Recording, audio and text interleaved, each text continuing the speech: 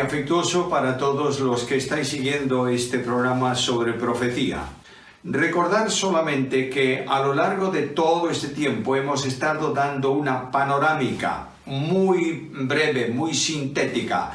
No estamos estudiando profecía en la dimensión que esto requiere. Estamos tocando aspectos generales de la profecía para ofrecer una síntesis del panorama profético, especialmente referido al tiempo anterior a la segunda venida del Señor Jesucristo. Luego tocaremos también la venida de Cristo al mundo, el establecimiento del reino y luego cielos nuevos y tierra nueva para terminar este repaso a la profecía. Hoy tenemos delante la necesidad de seleccionar dentro de la profecía algún aspecto relativo a Israel durante la tribulación.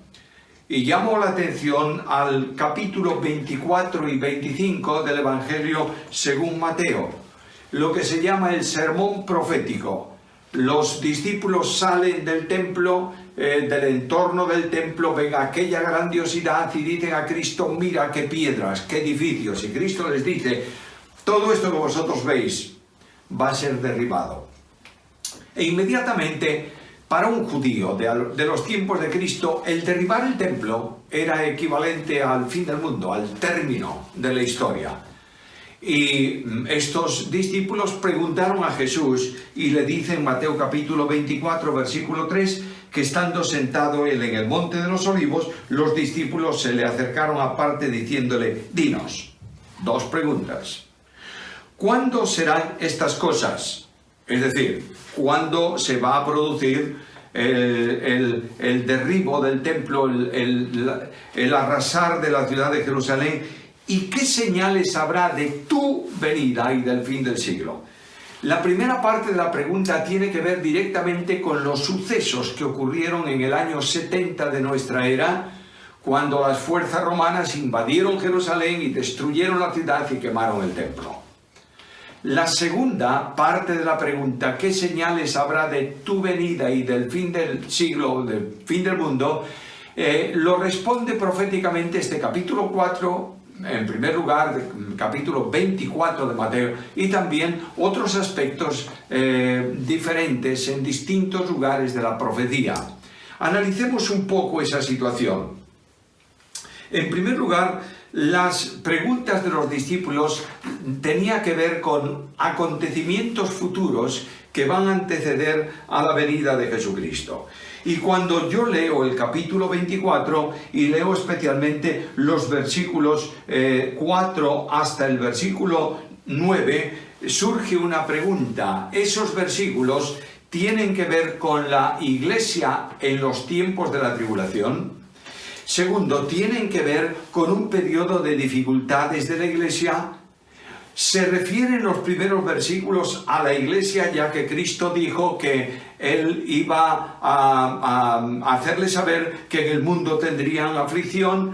Y se refiere a eso, a la historia de la iglesia y sus problemas, o se refiere íntegramente todo ese conjunto de versículos a los tiempos de la gran tribulación, de la venida de Jesucristo.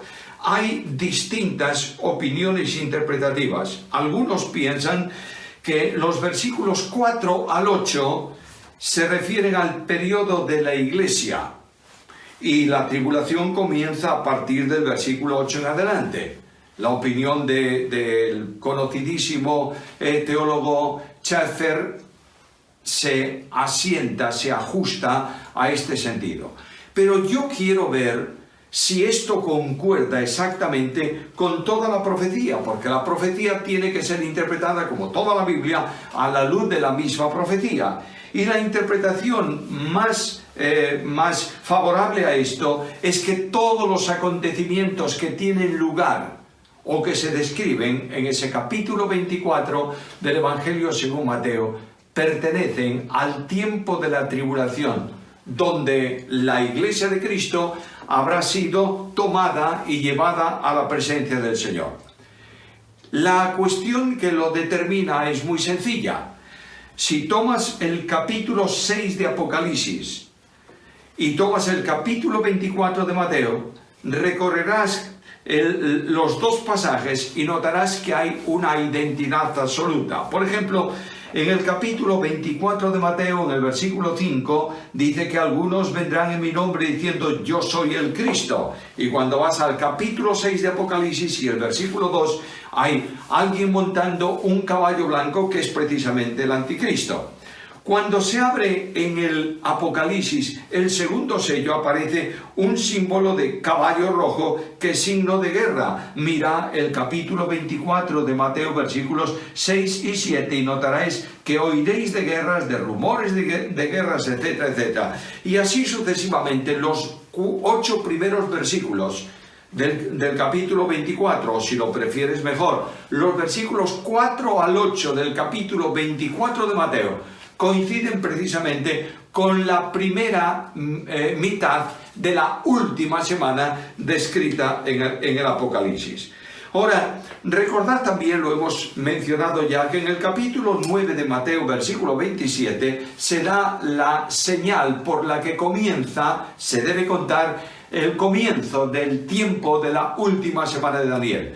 Y se nos dice que comienza con la firma de un pacto con muchos. De manera que los judíos esperaban la liberación nacional, los judíos esperaban la llegada del Mesías, la constitución del reino, y que todas las naciones de la tierra fuesen tributarias de aquella nación, trajesen el oro, las riquezas a Jerusalén, y hubiese un cambio de referencia mundial en donde Israel fuese el núcleo de la historia y toda la historia girase en torno a él. Pero el pacto no se firma con el Israel escogido, con el remanente salvo por gracia, sino con el Israel incrédulo.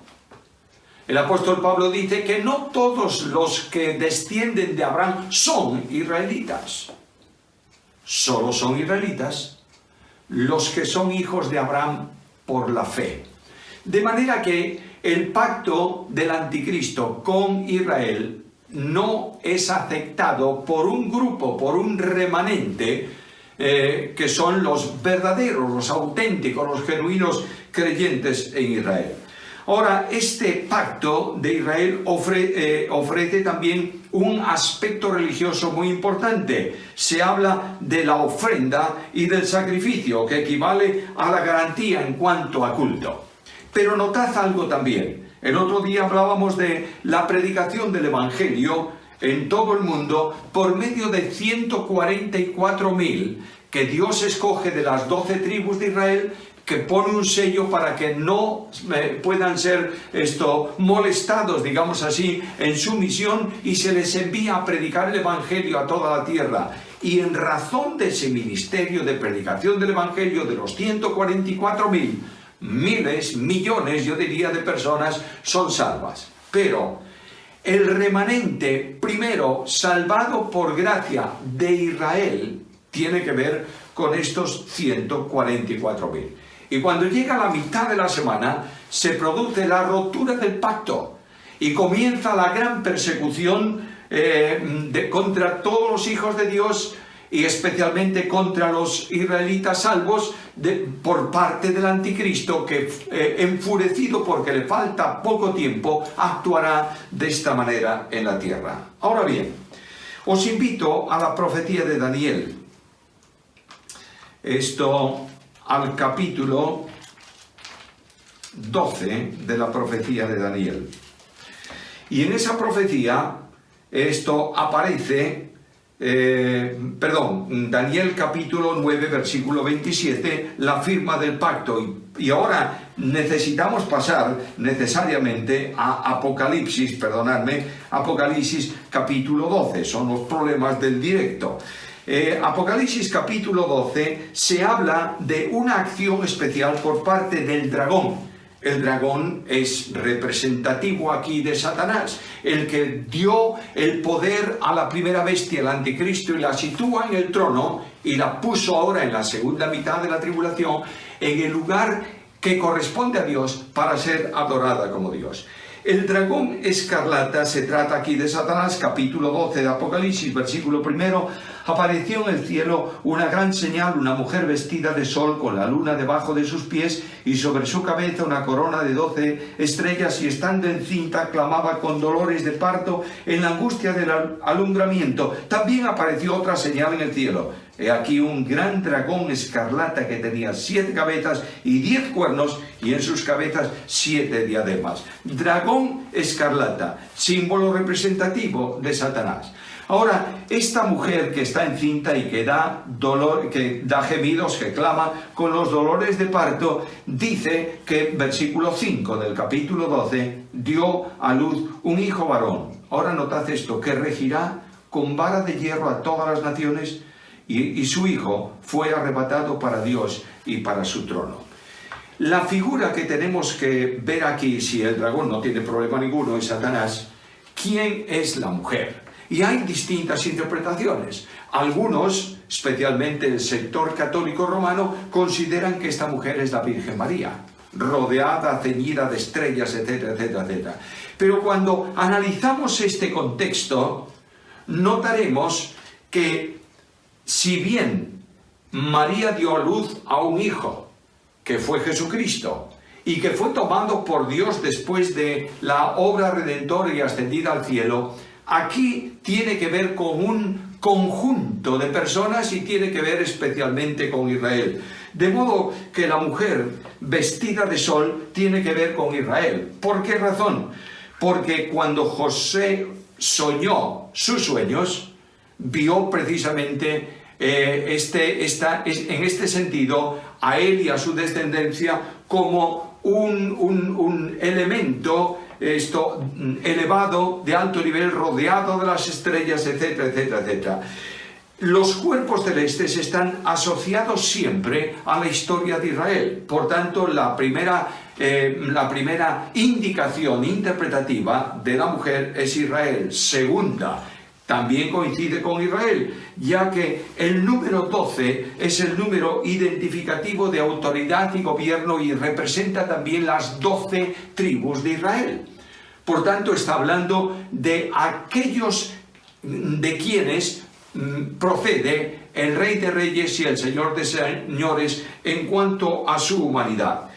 Descrito Israel como mujer en varias partes del Antiguo Testamento, confirma también esto. Voy a mencionaros solamente una referencia de las muchas que hay en la profecía de Isaías, capítulo 54 y versículo 6. Dice ahí el Señor, hablando de Israel: porque como a mujer abandonada y triste de espíritu te llamó Jehová, y como a la esposa de la juventud que es repudiada, dijo el Dios tuyo. Por tanto, Israel está considerada, representada, expresada en la forma de una mujer.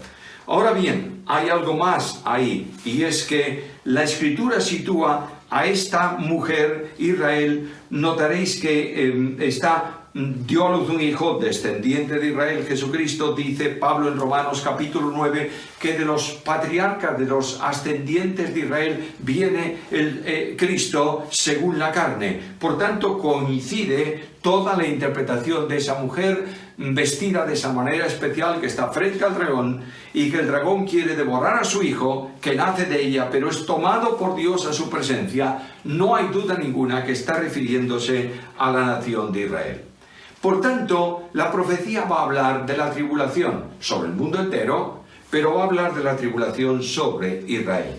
Y nos presenta un momento álgido en el cual, capítulo 12 de Apocalipsis, versículo 6, la mujer huyó al desierto, donde tiene lugar preparado por Dios, para que allí la sustenten por 1260 días. 1260 días son 3 años y medio.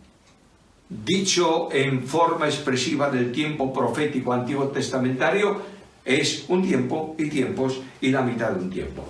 Si el pacto establecido por el anticristo con Israel se rompe en la mitad de la semana, Dios empieza a proteger a este remanente de una forma especial frente al peligro, ya que el dragón va a luchar contra la descendencia de la mujer y contra los creyentes en todos los lugares del mundo. Sale Satanás, el dragón, para atacar al remanente de Israel. Capítulo 12 de Apocalipsis y versículo 17. Entonces el dragón se llenó de ira contra la mujer y se fue a hacer guerra contra el resto de la descendencia de ella, los que guardan los mandamientos de Dios y tienen el testimonio de Jesucristo. Luego, el dragón, Satanás, trata de eliminar, de exterminar, de hacer guerra contra el pueblo de Israel. Ahora bien, este conflicto directo tiene una señal de advertencia en la profecía, y es la invasión de Israel por los ejércitos del norte. Habíamos hablado en su momento de los grupos político-militares. Los ejércitos del norte y los ejércitos del sur invaden Israel. Los ejércitos del norte, las naciones del norte, van a ser destruidos por Dios en los montes de Israel. Los ejércitos del sur, Egipto y sus aliados, van a ser perseguidos por las tropas del anticristo. De manera que el anticristo, frente a esto y aprovechando el pacto establecido con Israel, invade la Tierra Santa con sus naves por el mar, sus ejércitos por la tierra, y él se asienta en el lugar del santuario haciéndose pasar por Dios. ¿No recuerda acaso un poco a los movimientos típicos del Imperio Romano, en donde los emperadores, un grupo de emperadores, se consideraban divinos y eran adorados? Por tanto, aquí tenéis una reproducción de la historia en los tiempos finales de la humanidad, que antes de la venida de Jesucristo. Los ejércitos, la invasión de los ejércitos del norte, dice Ezequiel, y veremos todo esto con calma, Dios mediante, en el siguiente estudio. Dice Ezequiel que la invasión de los ejércitos del norte son una señal para la conversión del remanente de Israel. Ahora bien, cuando Satanás se da cuenta de que hay un grupo de personas de Israel que no creen en él y que esperan al Mesías, él trata de destruirlos. Mirad, por favor, capítulo 12, versículo 15.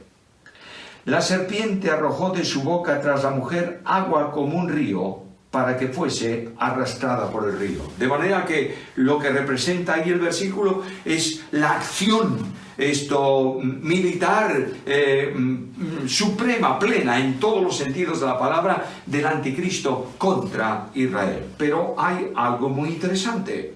Versículo 14.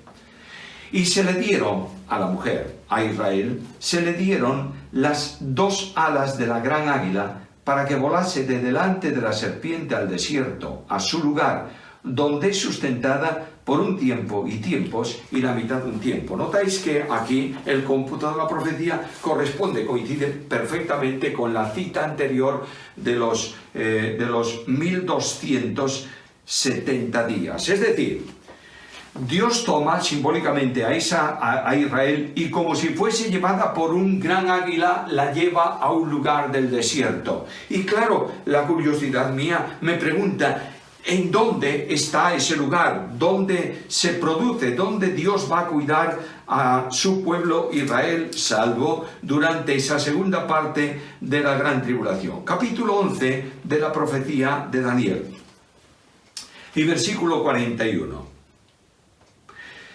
Habla de la invasión de Israel y dice: entrará en la tierra gloriosa y muchas provincias caerán, mas éstas escaparán de su mano. Nota: Edom y Moab y la mayoría de los hijos de Amón. De modo que hay un lugar que escapa al control del anticristo. Lanza sus ejércitos, pero Dios ha llevado a ese lugar a su pueblo, al Israel salvo por gracia, lo ha llevado a ese lugar para cuidarlo, para custodiarlo durante los 3 años y medio de la última semana. nadie piense que porque está Petra en esos lugares, ahí va a ser Israel y ya tenemos. La profecía no precisa cosas curiosas, simplemente da una panorámica. Pero a donde yo quiero llegar es que en medio de la tremenda tensión, de la enorme violencia, de la mortandad que se produce en ese tiempo, Dios cuida y protege a los suyos, que vivirán entonces en esos 3 últimos años y medio de la tribulación. ¿Recordáis que dice que si ese tiempo no fuera cortado, ninguno sería salvo? Por tanto, el Dios de la Biblia está cuidando de los suyos. Y la intervención divina de Dios es asombrosamente descrita. Capítulo 12 y versículo 14, se le dan las alas como de águila, y Dios mismo usa la naturaleza en provisión de protección para los suyos. Versículo 16, la tierra ayudó a la mujer, pues la tierra abrió su boca, tragó el río que el dragón había echado de su boca. De modo que todo el intento satánico contra el remanente salvo por gracia no florece, no prospera, porque Dios cuida de su pueblo. Ahora bien, dejemos un momento esa protección y vayamos a otro aspecto. Capítulo 11 del libro de Apocalipsis se nos describe, leedlo con calma cada uno de vosotros, se describe la presencia en Jerusalén de 2 hombres, de 2 testigos. La duración del testimonio de ellos, capítulo 11 de Apocalipsis, versículo 3, dice: daré a mis 2 testigos que profeticen por 1260 días. La mitad del tiempo de la tribulación. Por tanto, Dios coloca ahí, en Jerusalén, a 2 personajes que por la identidad de hechos, algunos piensan que serán Moisés y Elías. Pudiera ser, pero no necesariamente. Algunos dicen que no puede venir el reino de Cristo sin que se cumpla la profecía que anuncia la visita de Elías, la preparación por medio del profeta del tiempo previo a la venida de Jesucristo. Pero Cristo dijo algo y ha venido. Y se refería a Juan el Bautista. Bueno, la discusión teológica es seria, es importante, no hay duda ninguna, pero lo que yo pienso a la luz de la Biblia es que habrá 2 personas enviadas por Dios que funcionarán y harán prodigios como los que hicieron Moisés en su tiempo y Elías en el suyo. Notaréis que durante ese tiempo se producen acontecimientos muy semejantes a lo que ocurrió en aquellos tiempos mencionados. Versículo 5, 11:5 de Apocalipsis. Si alguno quiere dañarlos, sale de fuego de la boca de ellos, devora a sus enemigos. Versículo 6. Tienen poder para cerrar el cielo a fin de que no llueva en los días de su profecía, algo que ocurrió en los tiempos de Elías. Ahora bien, estos que son protegidos prácticamente por la totalidad del tiempo final de la tribulación. Pero notad lo que dice capítulo 11, versículo 7. Cuando hayan acabado su testimonio, es decir, son enviados para testificar en Jerusalén, para predicar el Evangelio, para llamar al arrepentimiento. Y cuando terminan el testimonio encomendado, versículo 7 del capítulo 11, la bestia que sube del abismo hará la guerra contra ellos y los vencerá y los matará. Y dice que una vez muertos estos 2 personajes, los cadáveres se exhiben en la ciudad santa durante un tiempo. Ahí está, capítulo 11, versículo 8, estarán en la plaza de la ciudad, que en sentido espiritual se llama Sodoma y Egipto, donde también nuestro Señor fue crucificado, identificación con Jerusalén, y los pueblos, tribus, lenguas, naciones, verán sus cadáveres por 3 días y medio. No por 3 años y medio, pero por 3 días y medio. Y todos se alegrarán y se envían regalos porque ya no están molestando. Y la idea es que el Espíritu de Dios compungía, redarguía, reprendía por medio del testimonio de la predicación de estos dos testigos. Y de pronto estos que están muertos, versículo 10, resucitarán. Versículo 11. Después de 3 días y medio entró en ellos el espíritu de vida enviado por Dios, y se levantaron sobre sus pies y cayó gran temor sobre los que lo vieron, y oyeron una gran voz del cielo que les decía: subid acá, y subieron al cielo en una nube, y sus enemigos los vieron. De modo que Dios permite que sus siervos mueran, pero también los toma y los recoge a su presencia después de haberles dado vida. Ahora, el testimonio de estos dos testigos es un mensaje convincente y son glorificados. Bueno, ya hemos visto una panorámica rápida que yo quiero resumir con el gráfico que estáis viendo ahora. Y notaréis que en ese gráfico aparecen esas líneas en la parte de abajo, las alas de la gran águila e Israel llevada al desierto donde es cuidada por Dios.